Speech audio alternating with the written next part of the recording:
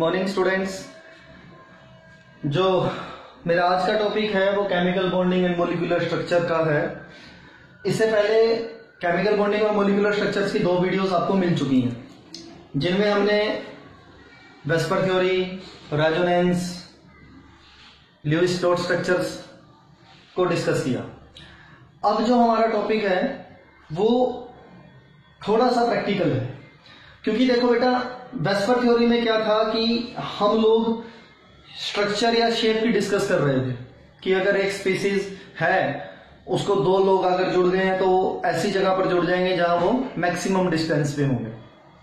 ठीक है, no doubt VSEPR theory ने बहुत मेहनत की और हमें बहुत सारी clarity the about the structure, पर फिर भी कुछ प्रॉब्लम्स थी कि इसका यही स्ट्रक्चर क्यों बना। तो उसके लिए बैलेंस बॉन्ड थ्योरी इंट्रोड्यूस हुई। बैलेंस बॉन्ड थ्योरी इंट्रोड्यूस करने का मेरा कारण क्या है? देखो, वेस्पर थ्योरी में ये बात कहीं पे भी क्लियर नहीं हुई कि जो डबल बॉन्ड होता है वो स्ट्रक्चर को अफेक्ट नहीं करता या वो स्ट्रक्चर को अफेक्ट करता है। ठीक है ना, ये सारी बातें हमें अब इस थ्योरी में क्लियर करनी है। देखो, उससे पहले मैं थोड़ा सा बैलेंस बॉन्ड थ्योरी से भी पहले मैं थोड़ा सा टॉपिक में आपको यह चीज क्लियर करना चाहता हूं कि जब कोवलेंट बॉन्ड बनता है, ये बात हमें क्लियर है कि कोवलेंट बॉन्ड शेयरिंग से बनता है, कि जब कोवलेंट बॉन्ड बनता है वो 2 तरीके से बनता है। एक तो एक्सियल ओवरलैप से और एक बनता है साइड वाइज ओवरलैप से।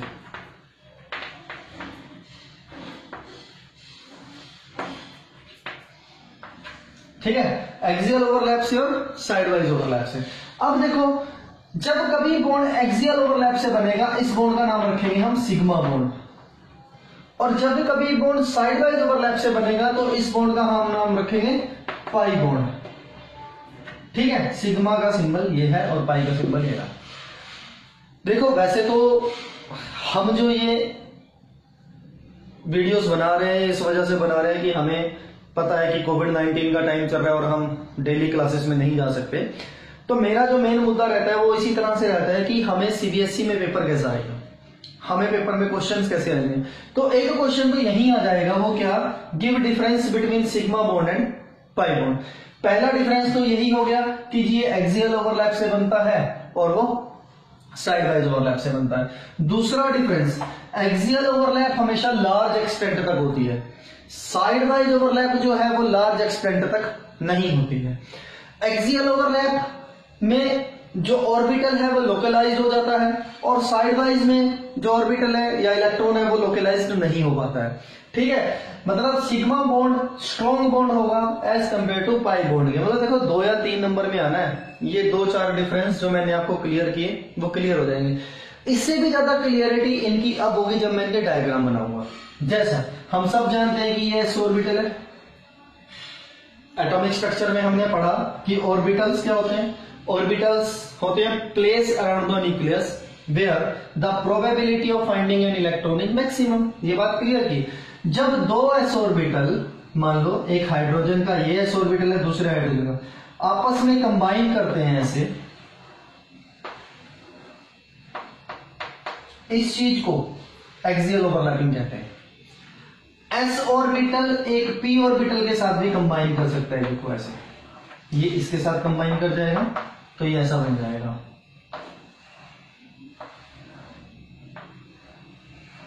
ये होगी एरिया।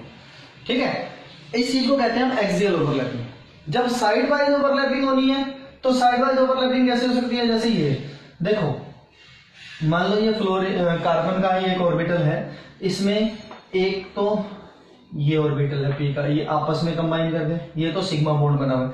लेकिन जो इसके ये 2 लोब यहां पे पड़े हैं ना, ये ऐसे ऐसे इसके ये 2 लोब यहां पे पड़े हैं, इनमें ये जो साइड वाइज देखो ऐसे, ये इसके साथ और ये इसके साथ ऐसे साइड वाइज ओवरलैपिंग होगी। इसका डायग्राम हम ऐसे बना सकते हैं, ऐसे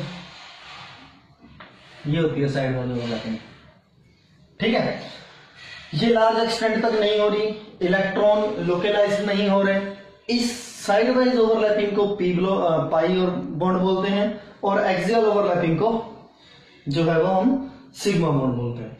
तो ये बेटा जी एक बेसिक सा डिफरेंस था सिग्मा बॉन्ड और पाई बॉन्ड में। इन बातों को वेस्पर थ्योरी क्लियर नहीं कर पाई। फिर भी अब हम इस ओवरलैपिंग को, चाहे वो लार्ज एक्सटेंट तक हो रही है, चाहे वो डबल बॉन्ड बन रहा है, चाहे वो सिंगल बॉन्ड बन रहा है, कुछ ऐसे इलेक्ट्रॉन्स हैं जो अनबॉन्डेड हैं, वो पार्टिसिपेट ही नहीं कर रहे, उन चीजों को समझने के लिए जो थ्योरी इंट्रोड्यूस हुई उसका नाम था वीबी थ्योरी। वीबी थ्योरी की फुल फॉर्म क्या है? Valence bond theory. ठीक है, वैलेंस बॉन्ड थ्योरी क्या है? देखो,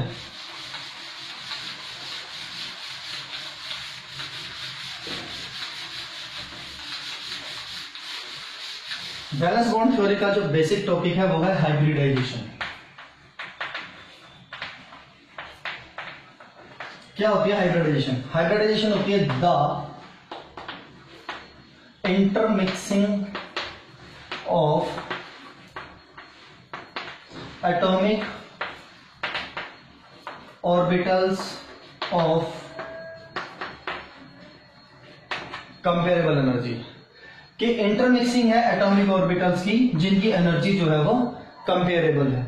आपके सिलेबस में जो हाइब्रिडाइजेशन है sp, sp2, sp3 है, ठीक है, लेकिन इसके बाद भी हाइब्रिडाइजेशन होती है। वो क्या होती है?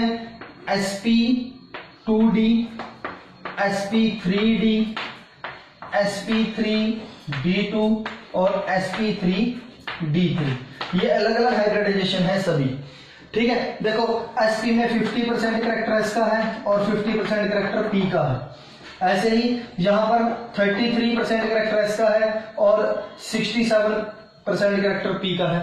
ऐसे ही यहाँ पे 25% करेक्टर s का है और p का 75। जैसे जैसे p का करेक्टर इंक्रीज हो रहा है वैसे वैसे साइज इंक्रीज हो जाएगा। ये बात हमेशा याद रखना।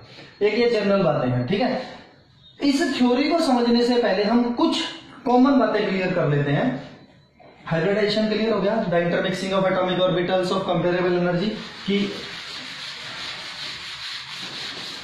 कि ऐसे ऑर्बिटल्स की इंटरमिक्सिंग है जिनकी एनर्जी जो है वो कंपेरेबल है। देखो, बैलेंस ने हमें एक चीज क्लियर की कि जब कभी sp हाइब्रिडाइजेशन आएगी ना तो शेप जो है वो हमेशा लीनियर होगी, और जब कभी sp2 हाइब्रिडाइजेशन आएगी तो शेप जो है वो ट्राइगोनल होगी। अगर sp3 आई तो शेप टेट्राहाइड्रल होगी। ठीक है, अगर dsp2 आई तो शेप स्क्वायर प्लेनर होगी। अगर d2sp3 आई तो शेप ऑक्टाहाइड्रल होगी। और अगर dsp3 आई तो शेप ट्राइगोनल बाय पिरामिडल होगी। और अगर d3sp3 आई तो शेप पेंटागोनल बाय पिरामिडल होगी। मतलब ये कुछ चीजें हैं जो शेप को क्लियर करेंगे। जैसे अगर sp आई तो लीनियर, sp2 आई तो ट्राइगोनल, sp3 आई तो टेट्राहेड्रल, dsp2 आई तो स्क्वायर प्लेनर, d2sp3 आई तो ऑक्टाहेड्रल। मतलब ये शेप आएंगे। अब क्वेश्चन सिर्फ इतना सा रह जाता है कि हमें कैसे पता लगेगा कि कौन सी हाइब्रिडाइजेशन कब आई है। तो उसके लिए मैं आपको, देखो ये बात आप क्लियर जानते हैं कि ज्यादा लंबी वीडियो बनाना पॉसिबल नहीं होता, तो हम सारे एग्जाम्पल तो नहीं कर सकते, लेकिन फिर भी हम 2-3 एग्जाम्पल यहाँ डिस्कस करेंगे जिससे आपको हाइब्रिडाइजेशन एक अच्छे एक्सटेंट तक क्लियर हो जाएगी। हाँ, फिर भी क्लियर नहीं होती, फिर आपके पास एक ऑप्शन तो होता ही है कि आप मुझे व्हाट्सएप कर देते हो या कॉल कर लेते हो। देखो मैं इसे क्लियर करता हूं। मान लो कि एक CH4 है, इसकी शेप कैसे पता लगेगी? इसका समझने का तरीका देखो।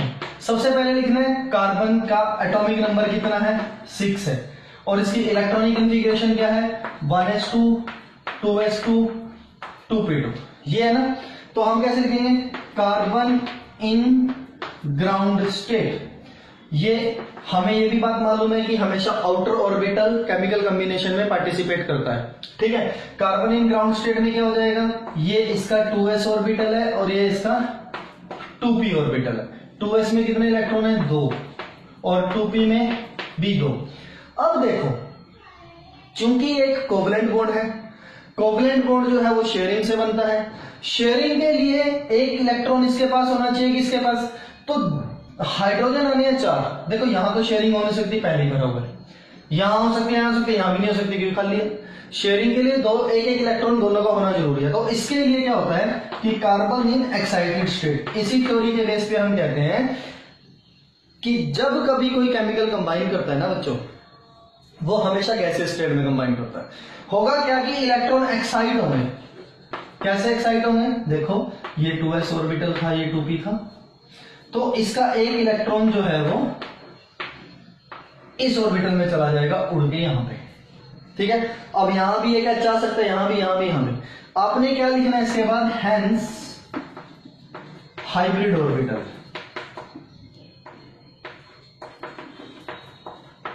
वो 4 खानों का बनेगा इनका, ठीक है। ये कार्बन का इलेक्ट्रॉन है, हाइड्रोजन का, carbon hydrogen carbon hydrogen carbon hydrogen, ठीक है। 4 ऑर्बिटल यूज हुए, एक s का ऑर्बिटल यूज हुआ और 3 पिन के यूज हुए। तो नाम क्या हो गया? sp3, यानी कि इसकी हाइब्रिडाइजेशन क्या हो गई बच्चों? sp3। अब sp3 यहां पे नजर मान लो, sp3 पे शेप क्या होती है? टेट्राहेड्रल होती है जी, ठीक है। क्लियर हो गया ना? अब हमें क्लियर होगा कि CH4 टेट्राहेड्रल होगा, यानी कि CH4 ऐसा होगा। क्लियर? तो एक आधा एग्जांपल मैं और करके दिखाता हूं। मान लो ये क्लियर हो गया ना? इससे आगे एग्जांपल करते हैं एक और।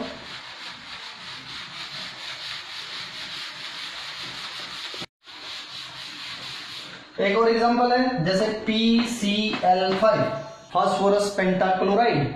फास्फोरस का एटॉमिक नंबर जो है वो 15 होता है।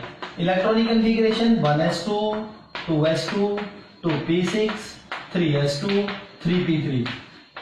एज अर्लियर सेड की आउटर इलेक्ट्रॉनिक कॉन्फ़िगरेशन लेनी है, तो सबसे पहले क्या लिखना है? Phosphorus in ground state. ये इसका 3s ऑर्बिटल, ये 3p ऑर्बिटल और 3d ऑर्बिटल जो खाली पड़ा है, ठीक है। तो 3s में 2, 3p में 3 और d में कुछ भी नहीं, पर बनाना तो पड़ेगा ना। मान लो आपके घर में 3 मंजिल का घर है और आपके घर की कोई फोटो खींचे और ऊपर वाली मंजिल में कोई रहता नहीं, क्या उसकी फोटो नहीं लेंगे? लेंगे। यानी कि अगर पूरा घर दिखाना है तो 3 में d पॉसिबल है, तो इसीलिए d ऑर्बिटल लिखा है। ये 3s हो गया, ये 3p हो गया और ये 3d हो गया। अब वही स्कीम कि कोवेलेंट बॉन्ड बनाने के लिए शेयरिंग जरूरी है, तो यहाँ 3 जगह पॉसिबल है, पर क्लोरीन 5 आने तो यहाँ पॉसिबल नहीं है। तो फिर वही होगा कि फास्फोरस इन एक्साइटेड स्टेट, ठीक है। फास्फोरस इन एक्साइटेड स्टेट, यहाँ पे एक, यहाँ पे एक, यहाँ पे एक, यहाँ पे एक, ये वाला एक्साइट हो गया इलेक्ट्रॉन इधर चला जाएगा। अब हम लिखेंगे हेंस हाइब्रिड ऑर्बिटल। मतलब देखो बहुत आसान है। हाइब्रिड ऑर्बिटल में 5 खानों का बन जाएगा, एक phosphorus chlorine phosphorus chlorine phosphorus chlorine, ऐसे। तो इस ऑर्बिटल का नाम कंबाइनिंगली क्या होगा कि s का तो 1 यूज हुआ, p के 3 यूज हुए और d का 1 यूज हुआ, sp3d। अब यहां पे नजर डालो, sp3d कहां पे है? ये रहा sp3d। शेप क्या होगी? Trigonal bipyramidal. तो शेप कैसे बनेगी trigonal bipyramidal? p cl cl cl cl और cl। देखो ये तो शेप हमें क्लियर हो गई। अब एक बात और, जो वाटर की और अमोनिया की शेप हम टेट्राहेड्रल बोल रहे थे, बहुत सारे बच्चे क्वेश्चन कर रहे थे कि टेट्रा का मतलब होता है 4, ठीक है। तो उसकी शेप टेट्राहेड्रल कैसे है? जब हमने याद करो कि अमोनिया के और वाटर के बॉन्ड एंगल को डिस्कस किया था कि 2 लोन इलेक्ट्रॉन पेयर आने से ऐसा हो गया, तो उनकी शेप टेट्राहेड्रल कैसे हुई? ठीक है ना, क्योंकि 2 ही बंदे जुड़े हुए हैं, तो CO2 टाइप शेप है, AB2 टाइप शेप। जैसा आपने बोला था कि AB2 टाइप में तो 2 मॉलिक्यूल है, लीनियरली जुड़ने चाहिए, है ना। वो लीनियर क्यों नहीं हुए, उसका आंसर आज मिलेगा आपको। जैसे ये है NH3 अमोनिया, इसके हाइब्रिडाइजेशन करके देखते हैं कि क्या आती है। मॉलिक्यूल तो AB3 टाइप है, वेस्पर थ्योरी के अकॉर्डिंग AB3 मॉलिक्यूल की शेप जो होती है वो ट्राइगोनल होती है। पर यहां देखते हैं क्या होता है कि नाइट्रोजन का एटॉमिक नंबर 7 है, electronic configuration 1s2 2s2 2p3 है, ठीक है। तो हम पहले लिखेंगे नाइट्रोजन इन ग्राउंड स्टेट, ये 2s है, ये 2p है। यहां मैं 2d नहीं बनाऊंगा क्योंकि 2d पॉसिबल होता ही नहीं है, ठीक है। 2s में कितने इलेक्ट्रॉन है? 2, पी में कितने हैं 3। अब क्या होता है कि बंदे आ गए 3, एस ऑर्बिटल का पार्टिसिपेट करना जरूरी है, तो यहां 3 जगह ही आएंगे वो। अब यहां तो आ नहीं सकते, तो nitrogen in excited state. Excited state में क्या होता है कि ये वाला इलेक्ट्रॉन एक्साइट होकर यहां चला जाता है।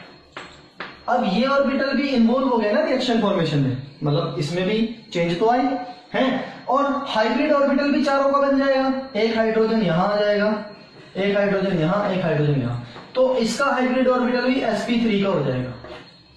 मतलब हाइब्रिडाइजेशन sp3 आई। शेप कौन सी होनी चाहिए? टेट्राहेड्रल।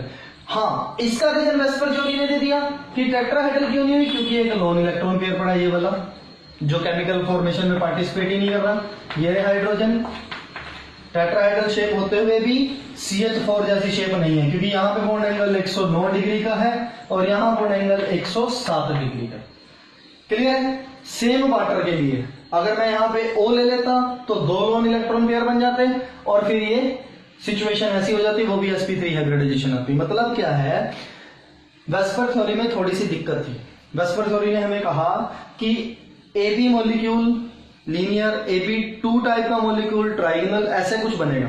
ठीक है, अब ये AB3 टाइप का मॉलिक्यूल ट्राइगोनल बनना चाहिए था, पर हम टेट्राहेड्रल बोल रहे थे। उसका आंसर वेस्पर थ्योरी के पास था नहीं। उस आंसर को क्लियर किया वैलेंस बॉन्ड थ्योरी ने।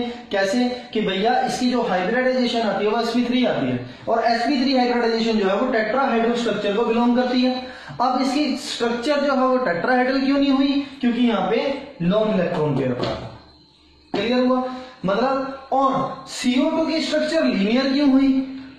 वहां भी लोन इलेक्ट्रॉन पेयर नहीं था, उसने जवाब तो दे दिया, लेकिन अगर आप CO2 की हाइब्रिडाइजेशन करोगे वो sp आ जाएगी। ठीक है, देखो बच्चों, मुझे मालूम है कि बहुत सारे ऐसे स्पीसीज हैं जिनकी हाइब्रिडाइजेशन करानी जरूरी है। ठीक है, लेकिन इतनी सारी हाइब्रिडाइजेशन आप सब जानते हो एक वीडियो में पॉसिबल नहीं है। आप इसके अलावा आपके सिलेबस में SF6 की है, H2O की है जो मैंने नहीं बताई अभी, लेकिन आपको क्लियर कर दी। ठीक है, या CH2 डबल बॉन्ड CH2 की है। आप इनकी हाइब्रिडाइजेशन खुद करने की कोशिश करना। हाँ, अगर आपको समझ नहीं आता है, वैसे क्राइटेरिया तो देखो यही फॉलो होगा, अगर फिर भी समझ नहीं आता है आप मुझे मेरे नंबर पे इनबॉक्स करना, मैं आपको क्लियर कर दूंगा। ठीक है, हाइब्रिडाइजेशन में इतना ही। अब मैं इस टॉपिक को थोड़ा सा आगे लेकर चलता हूं।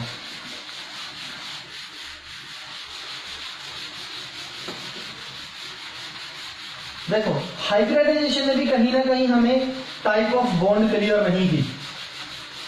टाइप ऑफ बॉन्ड क्लियर करने के लिए हमें, देखो, हाइब्रिडाइजेशन ने सिर्फ हमें बताया कोवलेंट बॉन्ड की फॉर्मेशन सिग्मा पाई बॉन्ड की, नहीं, लेकिन सिग्मा पाई बॉन्ड की फॉर्मेशन भी अभी तक हमें प्रॉपरली क्लियर नहीं है। इस चीज को क्लियर करेगा LCAO, linear combination of atomic orbitals.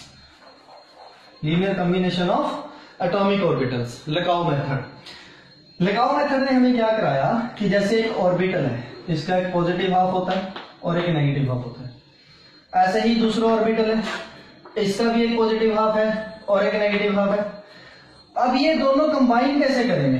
इनके कंबाइन करने के 2 तरीके हैं, या तो पॉजिटिव साइड पॉजिटिव से मिले, नेगेटिव नेगेटिव से मिले, तो जो इसका साइज है वो ऐसा हो जाएगा बड़ा। ठीक है, और अगर पॉजिटिव नेगेटिव से मिल गया और नेगेटिव पॉजिटिव से मिल गया तो इसका साइज जो है वो छोटा हो जाएगा। ये तो हमें पता ही है, 2 पॉजिटिव क्वांटिटीज हमेशा जो आंसर है वो बड़ा कर देती हैं, एक पॉजिटिव नेगेटिव हमेशा आंसर छोटा कर देती हैं। अब बेटा 2 इलेक्ट्रॉन्स हैं, हम पता है कि कंबाइन में जो 2 इलेक्ट्रॉन होने हैं उन दोनों में नेगेटिव चार्ज है। 2 नेगेटिव चार्ज हमेशा एक दूसरे को रिपेल करते हैं। अब 2 नेगेटिव चार्ज यहां पे रहते हैं और 2 नेगेटिव चार्ज यहां रहते हैं। रिपल्शन के चांस कहां ज्यादा है? जहां पे जगह कम है, और जहां जगह ज्यादा है वहां रिपल्शन के चांस भी कम है। तो रिपल्शन कम, एनर्जी कम, स्टेबिलिटी ज्यादा। रिपल्शन ज्यादा, एनर्जी ज्यादा, स्टेबिलिटी कम।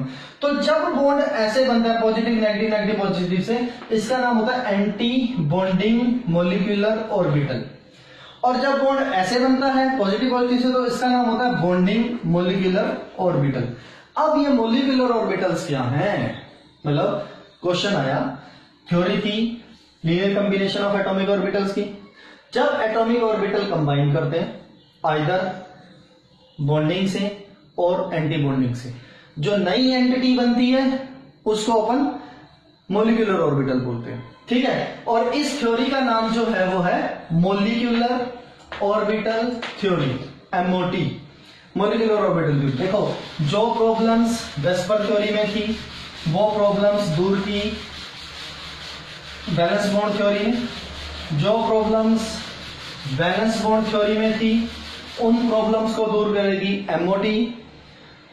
जो प्रॉब्लम्स MOT में है वो तुम्हारे सिलेबस में नहीं है, उसे हम CFT से क्लियर करेंगे। जो CFT में होगा वो LFT से क्लियर करेंगे। खैर अभी नहीं, +2 में आएगा वो।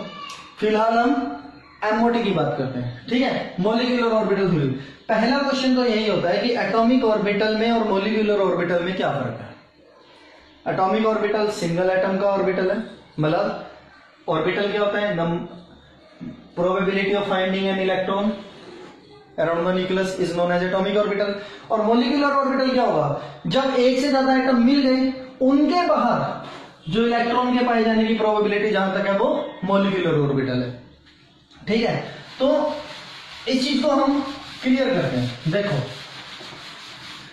मोलिकुलर ऑर्बिटल थ्योरी में मान लो अब ये H2 का मोलिक्यूल है, ऐसे मोलिक्यूल की हाइब्रिडाइजेशन नहीं हम कर सकते, हम इसकी मोलिकुलर ऑर्बिटल थ्योरी से कर सकते हैं। जैसे वो बोलता है कि H2 का मोलिक्यूल कैसे बनता है। देखो, हाइड्रोजन की इलेक्ट्रॉनिक कन्फिग्रेशन 1s1, दूसरे हाइड्रोजन की भी 1s1, ठीक।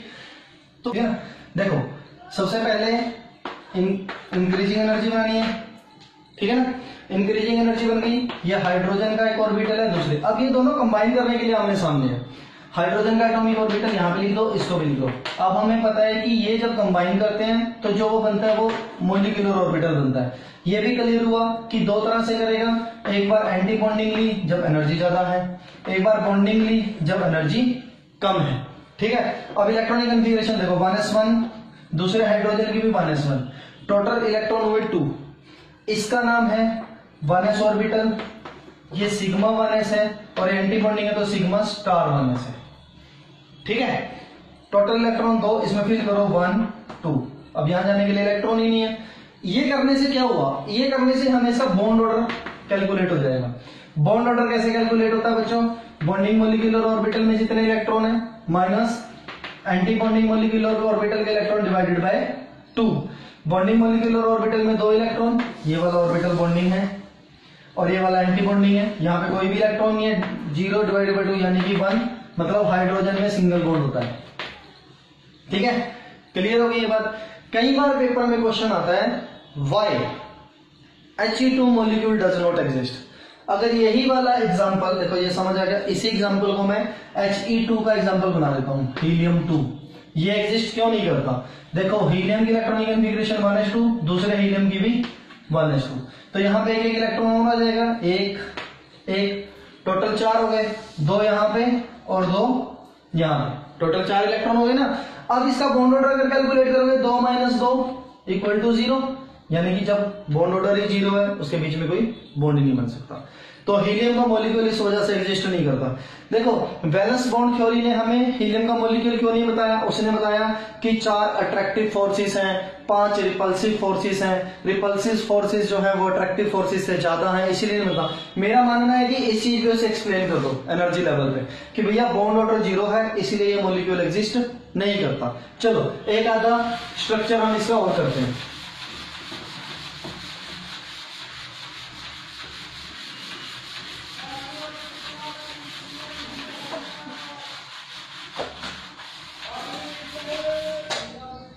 देखो, जैसे नाइट्रोजन का N2, अब इसकी भी हाइब्रिडाइजेशन पॉसिबल नहीं है, लेकिन बॉन्ड तो इसमें भी बना, कोवलेंट बॉन्ड बना। इसको कैसे क्लियर करना है, नाइट्रोजन का atomic number 7, electronic configuration 1s2, 2s2, 2p3। सबसे पहले मैंने बताया था इधर इंक्रीजिंग एनर्जी बनाना है। जो बुक है वो इसको भी इन्वॉल्व करती है, लेकिन हमें मालूम है कि बॉन्डिंग क्राइटेरिया जो है वो फाइनल ऑर्बिटल्स का, तो हम यही बनाते हैं। देखो, इस साइड में एटॉमिक ऑर्बिटल बनाते हैं और बीच में मोलिकुलर ऑर्बिटल, ये 2s और ये 2p, ऐसे ही इसका 2s और ये इसका 2p, ये हो गया कंबाइन। इसका नाम है सिग्मा 2s और इसका नाम है सिग्मा स्टार 2s। ऐसे ही यहां पर क्या होगा, ऐसे ये ऑर्बिटल टूट जाएंगे। क्यों टूटेंगे ये क्लियर करता हूं मैं। क्योंकि पाई ऑर्बिटल की एनर्जी सिग्मा से कम होती है, ठीक है। ऐसे ही डिफरेंट होती है, चलो कम ज्यादा करने लगाते हैं, डिफरेंट लगाते हैं। ये pi star X, pi star Y, sigma star Z, तीन ऑर्बिटल है, P X P Y P Z. ये ऐसे टूट जाएगा। बेटा एक नंबर का क्वेश्चन यहां पर और भी है, वो क्या, ये जो दो ऑर्बिटल है सेम एनर्जी के, pi x and pi y, ऐसे ही एंटी में भी pi x and pi y same energy के, तो इन ऑर्बिटल्स को डीजेनरेट ऑर्बिटल बोलते हैं। कई बार पेपर में क्वेश्चन आता है, देखो सर ने तो एनर्जी लेवल डायग्राम कराए, पेपर में एनर्जी लेवल डायग्राम आया ही नहीं, पेपर में कुछ हो रही है। पेपर में क्वेश्चन आया व्हाट इज डीजेनरेट ऑर्बिटल्स, तो आप बोलोगे कि जब p ऑर्बिटल स्प्लिट होता है टू डिफरेंट ऑर्बिटल्स में, जो px और py की एनर्जी सेम होती है, इन ऑर्बिटल्स को अपन डीजेनरेट ऑर्बिटल बोलते हैं। इसको कैसे क्लियर करना है, 2s में 2 इलेक्ट्रॉन और 2p में 3, ऐसे ही 2s में 2 और 2p में 3। देखो कितने सारे इलेक्ट्रॉन हो गए, थोड़े 3 और 2 5, टोटल 10 हो गए। इन्हें फिल करो, हंस रूल भी फॉलो करना है, ठीक है, कि pairing of electron does not takes place until the singly fill, ये भी फॉलो करना है। तो ये सारे फिल हो गए 10 के 10, यहां पे जाने की कोई जगह नहीं दे। तो हमने इसका क्या कैलकुलेट करना है, बॉन्ड ऑर्डर। बॉन्ड ऑर्डर कैसे कैलकुलेट होता है, BMO minus ABMO divided by 2। BMO में कितने इलेक्ट्रॉन है, देखो 2, और ये सभी बॉन्डिंग मॉलिक्यूलर के, ये और ये एंटी बॉन्डिंग है ना बेटा। तो BMO में हो गए 8, ABMO में हो गए 2, आंसर आ गया 3, यानी कि नाइट्रोजन में है ट्रिपल बॉन्ड। BMO में आप कैसे 2 2 4 2 6 2 8, ABMO में सिर्फ 2 है, इस वाले ABMO में है नहीं। तो क्लियर हुआ बच्चों ये कैसे होता है। अब ये तो बात थी N2 की, अगर कभी N2 पॉजिटिव आ गया, N2 पॉजिटिव का मतलब है एक पॉजिटिव चार्ज है, यानी कि एक नाइट्रोजन तो पॉजिटिव है और दूसरा नाइट्रोजन नॉर्मल है। अगर एक नाइट्रोजन पॉजिटिव है तो इसकी इलेक्ट्रॉनिक कॉन्फ़िगरेशन 1s2 2s2 और 2p2 हो जाएगी, और इसकी वही रहेगी 1s2 2s2 2p3। तो करना क्या है, सिर्फ एक 2s में 2 डाल देंगे, टोटल इलेक्ट्रॉन 7 हो गए, एक यहां से कट जाएगा बॉन्डिंग से, ठीक है। तो कैसे हो जाएगा, 2 2 4 2 6 और 1 7 रह जाएंगे, यहां 8 की जगह 7, और यहां आंसर आ जाएगा 5/2, दैट इज 2.5। तो बॉन्ड ऑर्डर ये हो जाएगा। मतलब टेंशन नहीं लेनी, अगर N2 पॉजिटिव का आ गया कॉन्फ़िगरेशन चेंज करो, क्राइटेरिया वही रहेगा। N2 2 पॉजिटिव का आ गया तो दोनों में से एक कम कर दो, या अगर N2 नेगेटिव का आ गया, मान लो N2 नेगेटिव का आ गया तो 4 कर दो एक में, तो यहां पर 4 हो जाएंगे। अब यहां पर 1 भर दो, अब यहां पर क्या हो जाएगा, ये 8 हो जाएंगे द्वारा, और ये 2 और एक एंटी बॉन्डिंग में चला गया, ये 3 हो जाएंगे, ठीक है। बॉन्ड ऑर्डर फिर ढाई आ जाएगा।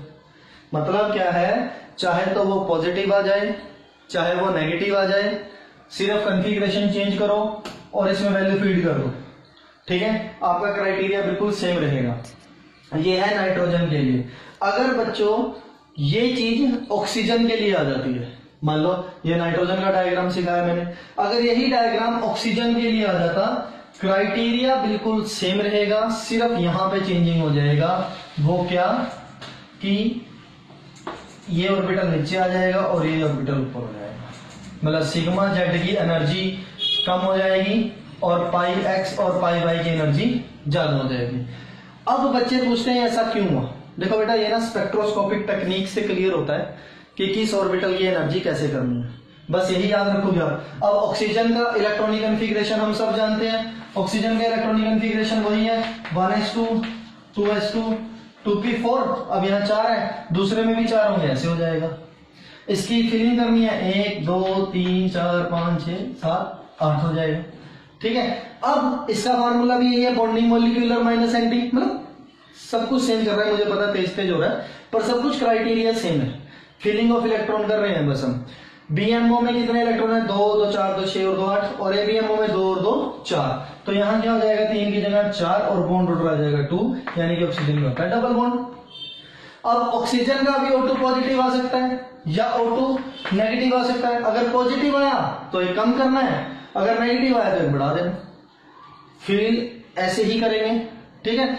मतलब क्या है, बिल्कुल भी टेंशन नहीं लेनी है, बहुत सिंपल टॉपिक है।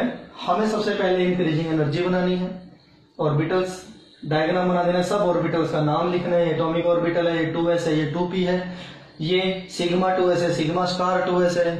और इसकी इलेक्ट्रॉनिक कॉन्फ़िगरेशन भी बिल्कुल ऐसी ही करनी है। जैसे एटॉमिक ऑर्बिटल की आप इलेक्ट्रॉनिक कॉन्फ़िगरेशन ये कर रहे हो, मॉलिक्यूलर ऑर्बिटल की कैसे होगी? सिग्मा 2s में 2 इलेक्ट्रॉन, सिग्मा स्टार 2s में 2 इलेक्ट्रॉन, सिग्मा z में 2 इलेक्ट्रॉन, पाई x में 2 इलेक्ट्रॉन, पाई y में 2 इलेक्ट्रॉन, पाई स्टार x में 1, पाई स्टार y में 2। मतलब जो जो जैसे जैसे फिल किया हुआ है इंक्रीजिंग एनर्जी में फिल कर देना। यहां से हमें एक चीज और क्लियर होती है कि ऑक्सीजन के पास 2 लोन इलेक्ट्रॉन पेयर पड़े हैं, यानी कि ये पैरामैग्नेटिक है, ये मैग्नेटिक फील्ड की तरफ अट्रैक्ट होगा।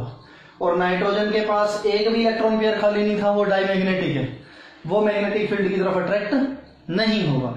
मतलब बच्चों एनर्जी लेवल डायग्राम ने आपको बॉन्डिंग क्राइटेरिया भी सिखा दिया, आपको मैग्नेटिक बिहेवियर भी सिखा दिया और मॉलिक्यूलर ऑर्बिटल की एनर्जी भी बता दी। फिर भी आपके सिलेबस में ऑक्सीजन नाइट्रोजन का है, ऑक्सीजन नाइट्रोजन पॉजिटिव नेगेटिव का है, जो भी है वो मैंने बताने की कोशिश की है। फिर भी कोई दिक्कत आए आप मेरे से पूछ सकते हो। अब इस चैप्टर का एक लौता लास्ट टॉपिक है, वो है हाइड्रोजन बॉन्ड। हाइड्रोजन बॉन्ड क्या होता है? Hydrogen bond, when hydrogen atom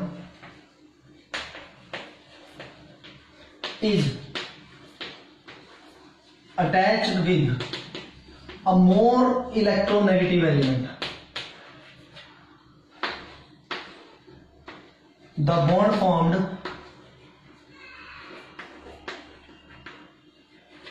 is known as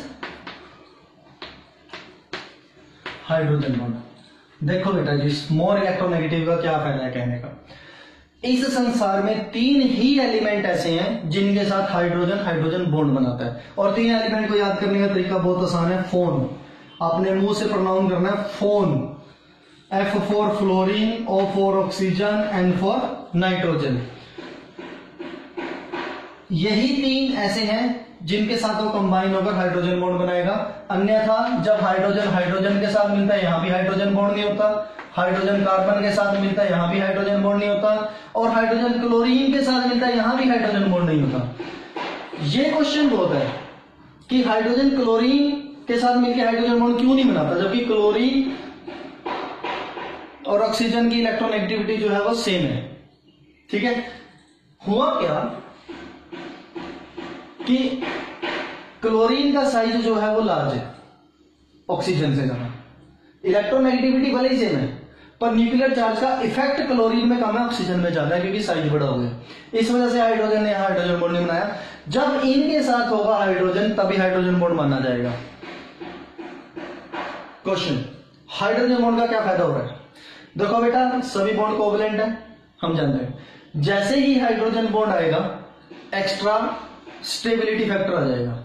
hydrogen bond के आने से स्टेबिलिटी बढ़ जाती है, बॉन्ड की स्ट्रेंथ ज्यादा हो जाती है।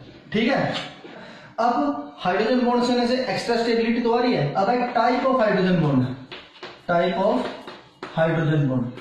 हाइड्रोजन बॉन्ड बेटा जी 2 तरह का है, एक इंटरमोलिक्यूलर और एक इंट्रामोलिक्यूलर। इंटरमोलिक्यूलर क्या है? 2 डिफरेंट में, जैसे इंडिया और ऑस्ट्रेलिया का मैच, 2 डिफरेंट कंट्रीज हैं।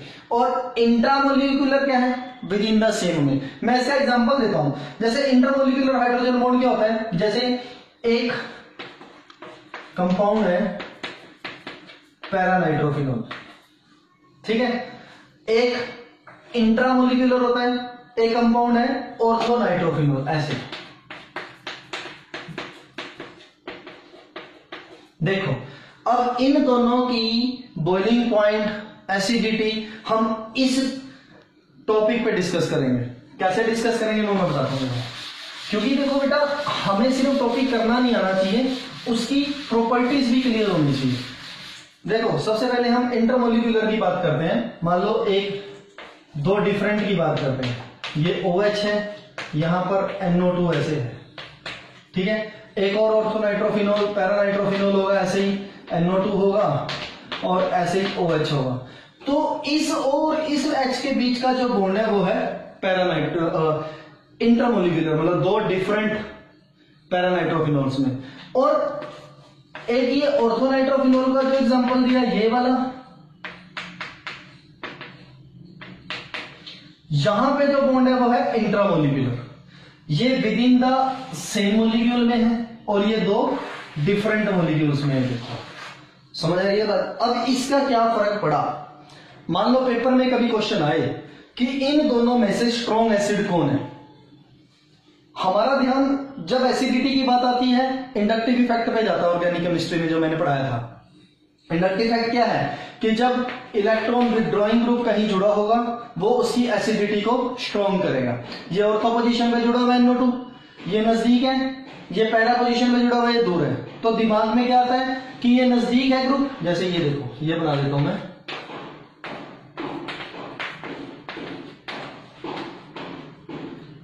ठीक है, ये नजदीक है, ये इस पे ज्यादा इफेक्ट डालेगा इलेक्ट्रॉन विथड्रॉइंग और H का जाना आसान करेगा, और ये दूर है, ये इस पे कम इफेक्ट डालेगा और H का जाना मुश्किल करेगा। तो ये स्ट्रॉन्ग एसिड होगा ना, लेकिन ये गलत है, ये स्ट्रॉन्ग एसिड नहीं है, क्योंकि यहां पे इंट्रामोलिकुलर हाइड्रोजन बॉन्डिंग है। देखो एक एसिड स्ट्रॉन्ग या वीक कैसे होता है कि जब जो जितनी जल्दी H आयन देगा वो उतना स्ट्रॉन्ग एसिड होगा। अब क्या होता है, ये इस H को भेजने की कोशिश करने की बजाय इस ऑक्सीजन के साथ इसका बॉन्ड बन जाता है और इसे बाहर जाने नहीं देता। और यहां पे ऐसा कोई क्राइटेरिया है इस NO2 का इस OH के साथ है नहीं, ठीक है ना। जैसे ये OH है, ये NO2 है, दूर है पर इफेक्ट तो डाल रहा है पर हाइड्रोजन बॉन्ड नहीं बना रहा, तो ये एसिड जो है वो स्ट्रॉन्ग हो जाएगा। इससे होना ऐसे चाहिए था क्योंकि नजदीक है, इफेक्ट ज्यादा होगा, पर फिर भी ये नहीं हुआ क्योंकि इंट्रामोलिकुलर हाइड्रोजन बॉन्ड होगी। ये फर्क पड़ रहा है हाइड्रोजन बॉन्डिंग का, ठीक है। अब अगला कॉन्सेप्ट आता है इन दोनों में से बॉइलिंग पॉइंट किसका ज्यादा है। फिर सबका दिमाग जाता है जी यहाँ पे हाइड्रोजन बॉन्ड बन गया तो इसी का ज्यादा होगा, नहीं। अब बॉइलिंग पॉइंट जो है वो इसी का ज्यादा है। वो क्यों? क्योंकि देखो ये सिर्फ अपने आप को ही स्टेबलाइज कर रहा है और ये अपने साथ एक और को स्टेबलाइज कर रहा है, वो एक और को करेगा, वो एक और को करेगा। यानी कि जब ज्यादा स्पीसीज बंधे हुए हैं तो बॉइलिंग पॉइंट ज्यादा होगा कि जब एक ही है, जब ज्यादा बंधे हुए हैं। मतलब बच्चों हाइड्रोजन बॉन्ड आने का कितना फर्क पड़ रहा है ये क्लियर करो। एसिडिटी वीक हो रही है क्योंकि इंट्रा था, बॉइलिंग पॉइंट बढ़ रहा है क्योंकि इंटरमोलिकुलर है। अब ये फर्क पड़ता है हाइड्रोजन बॉन्ड से। जैसे कई बार क्वेश्चन आता है कि H2O लिक्विड है, H2S गैस है, जबकि हाइड्रोजन ऑक्सीजन दोनों गैस है, हाइड्रोजन सल्फर दोनों गैस है, पर ये जब कंबाइन होता है तो गैस बनता है, ये जब कंबाइन होता है तो लिक्विड बनता है। इसका कारण भी ये हाइड्रोजन बॉन्ड ही है, क्योंकि यहां पे हाइड्रोजन बॉन्ड है, स्ट्रेंथ ज्यादा, लिक्विड कैरेक्टर, यहाँ पे हाइड्रोजन बॉन्ड नहीं है, स्ट्रेंथ कम, तो गैसियस कैरेक्टर। मतलब बच्चों सिर्फ यही समझ में आना कि हाइड्रोजन बॉन्ड होता क्या है वो सफिशिएंट नहीं है, उसके इफेक्ट क्या पड़ रहे हैं वो मैंने तुम्हें यहां क्लियर किए, ठीक है। देखो आज हमने बैलेंस बॉन्ड थ्योरी की, बैलेंस बॉन्ड थ्योरी में शेप्स डिस्कस किए डिफरेंट डिफरेंट, ठीक है। क्यों ऐसा हुआ, सिग्मा और पाई बॉन्ड क्या होते हैं, सिग्मा बॉन्ड में एक्सियल ओवरलैपिंग थी, पाई बॉन्ड में साइड वाइज ओवरलैपिंग थी, लार्ज एक्सटेंट तक थी, स्मॉल एक्सटेंट तक थी, वो स्ट्रेंथ थी ज्यादा, यहाँ कम थी ना, ये सारी बातें। फिर मोलिकुलर ऑर्बिटल थ्योरी ने जो वहां पे कमियां थी जैसे H2, F2, O2 इनकी हाइब्रिडाइजेशन पॉसिबल नहीं थी, वो हमने डिस्कस की। फिर उसके बाद एक टॉपिक आ गया हाइड्रोजन बॉन्ड का कि हाइड्रोजन बॉन्ड भी तो जैसे टाइप ऑफ बॉन्डिंग ही कर रहे हैं, कोवलेंट बॉन्ड पढ़ा, आयनिक पढ़ा, कोऑर्डिनेट पढ़ा, अभी हाइड्रोजन बॉन्ड भी एक टाइप है। क्योंकि इससे क्या फर्क पड़ रहे हैं बॉन्ड आने से, है तो कोवलेंट ही, पर क्या फर्क पड़ रहे हैं आपके सामने है कि एक ही कंपाउंड का ऑर्थोनाइट्रोफिनॉल और पैरानाइट्रोफिनॉल, उनकी एसिडिटी और बॉइलिंग पॉइंट बढ़ गया। या ये थे इनऑर्गेनिक में लिया H2 और H2S, दोनों गैसेस मिलकर लिक्विड बना रही है, दो गैस मिलकर गैस बना रहे हैं, उसका कारण भी हाइड्रोजन बॉन्ड था, ठीक है। देखो मुझे मालूम है कि मैंने थोड़ा जल्दी जल्दी कराया है क्योंकि वीडियो की लेंथ हम ज्यादा नहीं बढ़ा सकते, बट फिर भी कोशिश की है आपको एक एक कॉन्सेप्ट बताने की। अगर फिर भी आपको कोई कॉन्सेप्ट में क्लियरिटी ना हो, जो जो चीजें मैंने आपको करने के लिए छोड़ी हैं वो चीजें आपको समझ ना आए तो आप मुझे इनबॉक्स करो, मैं आपको उसके जवाब दूंगा, ठीक है। Thank you.